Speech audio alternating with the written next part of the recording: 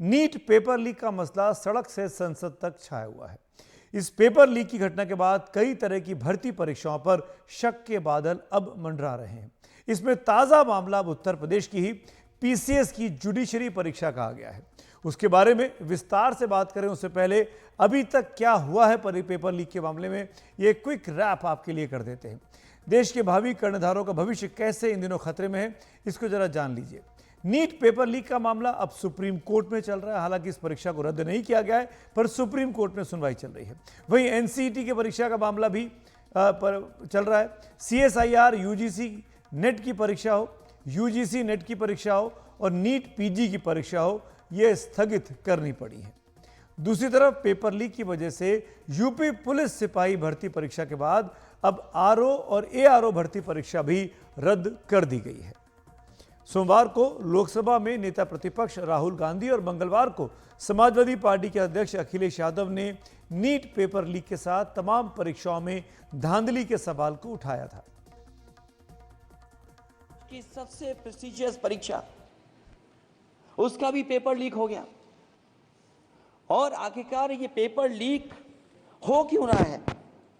सच्चाई तो ये है कि ये सरकार पेपर लीक इसलिए करा रही है कि सरकार नौकरी नहीं देना चाहती, रोजगार नहीं देना चाहती, उन नौजवानों का भविष्य नहीं बनने देना चाहती। पिछले 10 सालों की उपलब्धि बस इतनी रही है कि एक शिक्षा परीक्षा माफिया का जन्म हुआ है, जिसने तथाकथित अमृत काल में युवाओं के भविष्य की आशाओं को ही जहर दे दिया है।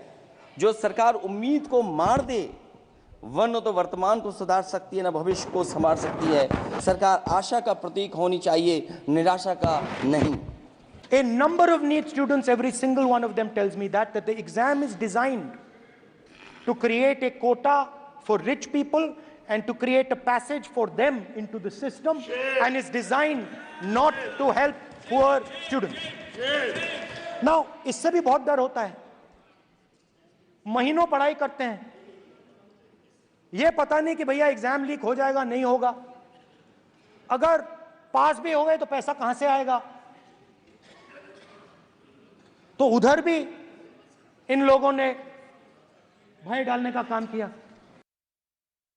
आपको बता दें कि नीट के पेपर लीक के मामले को लेकर आज जब प्रधानमंत्री अपना जवाब दे रहे थे लोकसभा में, तो उन्होंने भी इसका जिक्र किया। यह बहुत ही संवेदनशील और गंभीर मामला है और कहा कि जो भी लोग दोषी हैं उनके खिलाफ एक्शन लेने की तैयारी सरकार कर रही है। व्यवस्था को दुरुस्त करने के लिए सरकार लगी हुई है।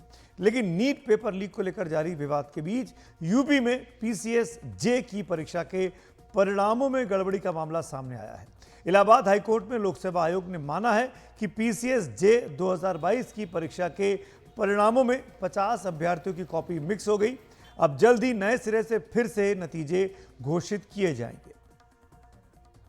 उन्होंने कहा कि कोडिंग के कारण हो सकता है इंटरमिक्सिंग हो गई हो कम से कम 50 अभ्यर्थियों की, जिसमें ये भी हो सकता है कि पूरा का पूरा रिजल्ट रीड्रॉ करना पड़े, कुछ लोग बाहर जाएं, कुछ लोग हो सकता है अंदर आएं। लेकिन यह सारी प्रक्रिया माननीय उच्च न्यायालय ने कहा कि एफिडेविट से आयोग के अध्यक्ष प्लेस करें अगली तारीख में।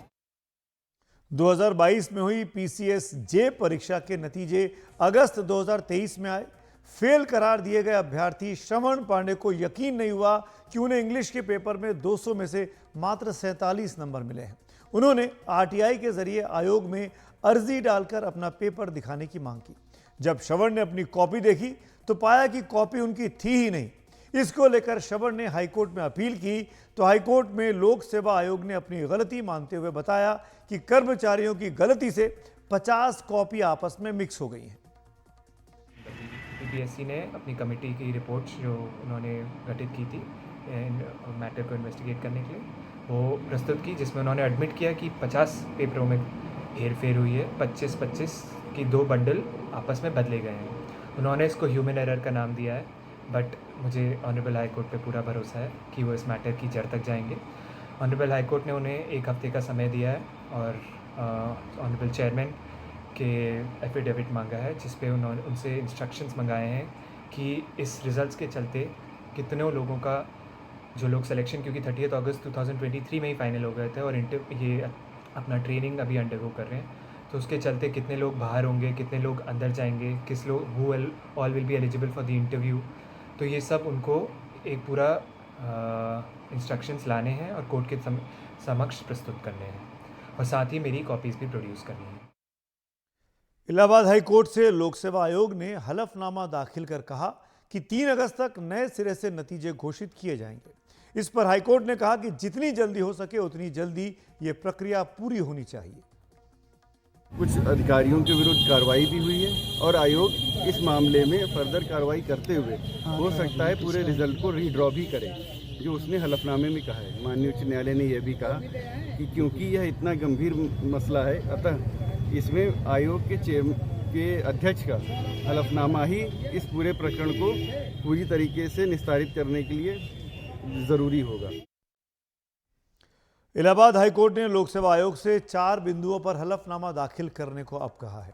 अदालत ने पूछा है कि कितने अभ्यर्थियों का परिणाम सही नहीं है, अगर दोबारा नतीजे घोषित होंगे तो कितने लोग बाहर हो जाएंगे, चयन से अंदर आने और बाहर आने वालों के लिए क्या प्रक्रिया अपनाई जाएगी, दोबारा नतीजे घोषित करने की प्रक्रिया का आधार क्या होगा।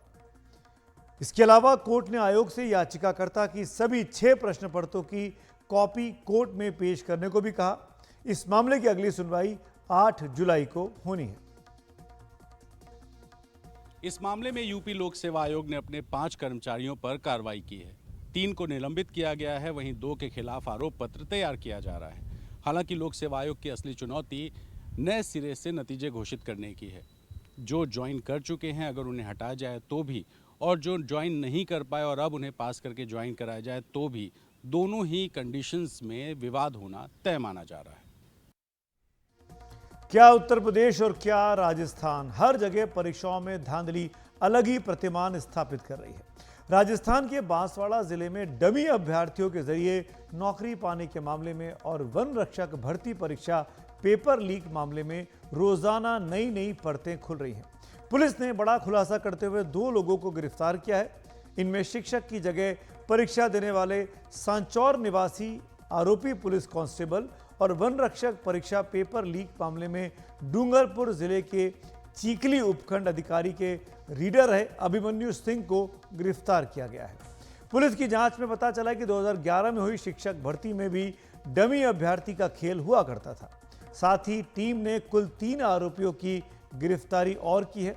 बांसवाड़ा जिले में वन रक्षक परीक्षा पेपर लीक मामले में 15 आरोपियों के खिलाफ रिपोर्ट दर्ज हुई और रीट परीक्षा के मामले में अभी तक 1 दर्जन FIR दर्ज हो चुकी है। पिछले कुछ दिनों से बांसवाड़ा में जो डमी कैंडिडेट्स को लेकर के अनुसंधान चल रहा था, इसी अनुसंधान के दौरान ये बात सामने आई कि वन रक्षक पेपर जो नवंबर 2022 में हुआ था, वो यहाँ पर बांसवाड़ा में कुछ 10-11 कैंडिडेट्स को बैठा करके पढ़ाया गया था एग्ज़ाम से पूर्व। तो उसी को के संदर्भ में एक FIR दर्ज की गई है राजतलाब थाने पे, जिसकी तफ्तीश जो है एडिशनल SP द्वारा की जा रही है।